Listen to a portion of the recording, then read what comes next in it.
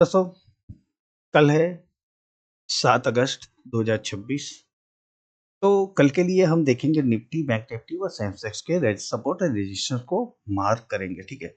अब आज मैं निफ्टी में कुछ दिखाने वाला हूँ, आपको चार्ट पर ले जाऊंगा। अभी वो देखना बहुत जरूरी है क्योंकि यहाँ पर कुछ इंडिकेशन तो मुझे मिल रहे हैं। ठीक है। थंबनेल देख के आपको पता तो चल ही गया होगा कि कुछ ना कुछ तो बड़ा होने वाला है। तो सीधे चलते हैं चार्ट पर और कुछ मैं आपको दिखाना चाहता हूँ। तो यहाँ पर अपने देखने जाते हैं ना चार्ट पर, तो क्या दिख रहा है पता है?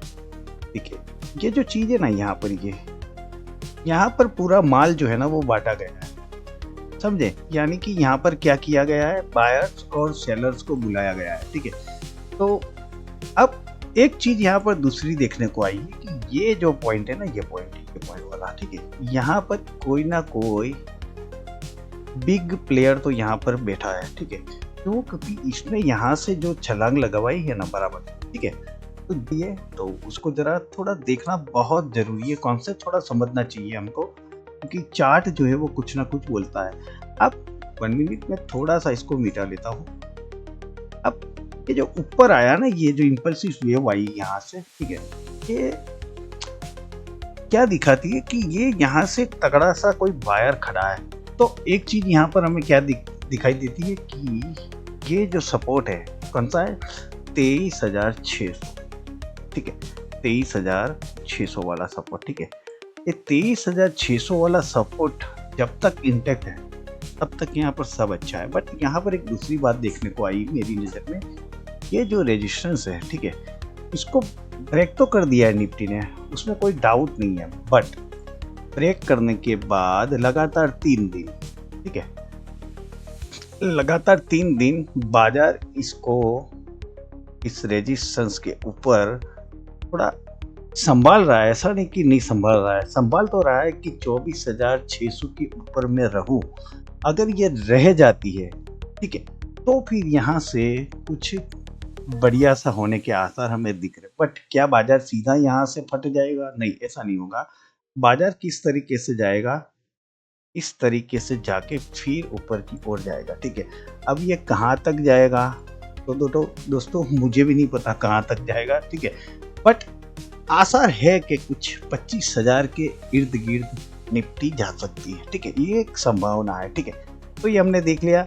एक दूसरी बात कहता हूँ दोस्तों, आज जो हम एनालिसिस करने वाले मैं अभी आपको ले जाता हूँ उस डैशबोर्ड ऊपर। हमने वो डैशबोर्ड बनाया है, बहुत बढ़िया सा बनाया है, ताकि आपको उसमें एनालिसिस जो हम करेंगे उस आपको बहुत अच्छे से उसमें समझ भी आएगा। ठीक है, तो अभी मैं सीधा आपको वहीं पर ले चलता हूँ। बट पहली बार आए हो, सब्सक्राइब जरूर कर देना। एनालिसिस अच्छी लगती है लाइक कर देना। कमेंट में आप अपने हिसाब से कुछ भी लिख सकते हो। ठीक है, तो चलिए सीधा चलते हैं हम हमारे बुलस्कॉप डेस्क बोर्ड पर। तो दोस्तों आ गए हम हमारे बुलस्कॉप के डेस्क बोर्ड पर, राइट। तो यहाँ पर सबसे पहले हम करेंगे निफ्टी की एनालिसिस। निफ्टी जो है खड़ी है 24,636। कल ध्यान देना है 24,680, इस लेवल को ध्यान रखना है। 24,680 और 24,700, इस दोनों लेवल को मार्क करना है। इस लेवल के इर्द गिर्द, यानी कि 24,680 से 24,700 के बीच ये जो 20 पॉइंट की रेंज है उसको ब्रेक करना बहुत जरूरी बनेगा। 24,700 के ऊपर 15 मिनट की ग्रीन कैंडल क्लोज होनी चाहिए।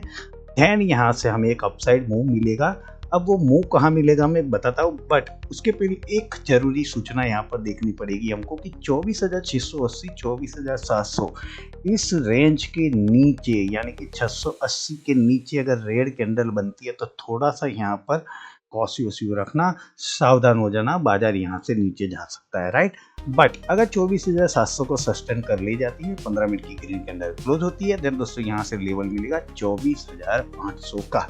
अगर 24,800 को भी ब्रेक कर देती है निफ्टी, 15 मिनट की ग्रीन कैंडल क्लोज होती है, देन यहाँ से एक अच्छा सा हमें लेवल मिलेगा 24,990। ठीक है, यानी कि 25,000 में 10 पॉइंट कम यहाँ तक जा सकता है। तो ये हो गया हमारा रेजिस्टेंस कल के लिए। अब बात कर रहे हैं कि कल सपोर्ट कौन सा बन रहा है। तो 24,600 इस लेवल को आपको मार्क करना है। 24,600 के नीचे 15 मिनट की रेड कैंडल क्लोज होती है। देन अगेन एक लेवल मिलेगा नीचे 24,560।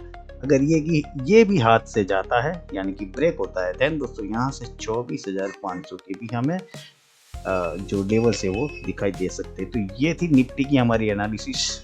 ये जो आप देख रहे हो हमारी एनालिसिस का नया तरीका, ये कैसा लगा कमेंट में जरूर बताना। ठीक है, अब चलते सीधा बैंक निफ्टी की ओर। तो बैंक निफ्टी खड़ी है 58,063 के स्तर पर। अब रेजिस्टेंस की बात करें तो 58,120 इस लेवल के ऊपर ग्रीन कैंडल बनती है 15 मिनट की, राइट।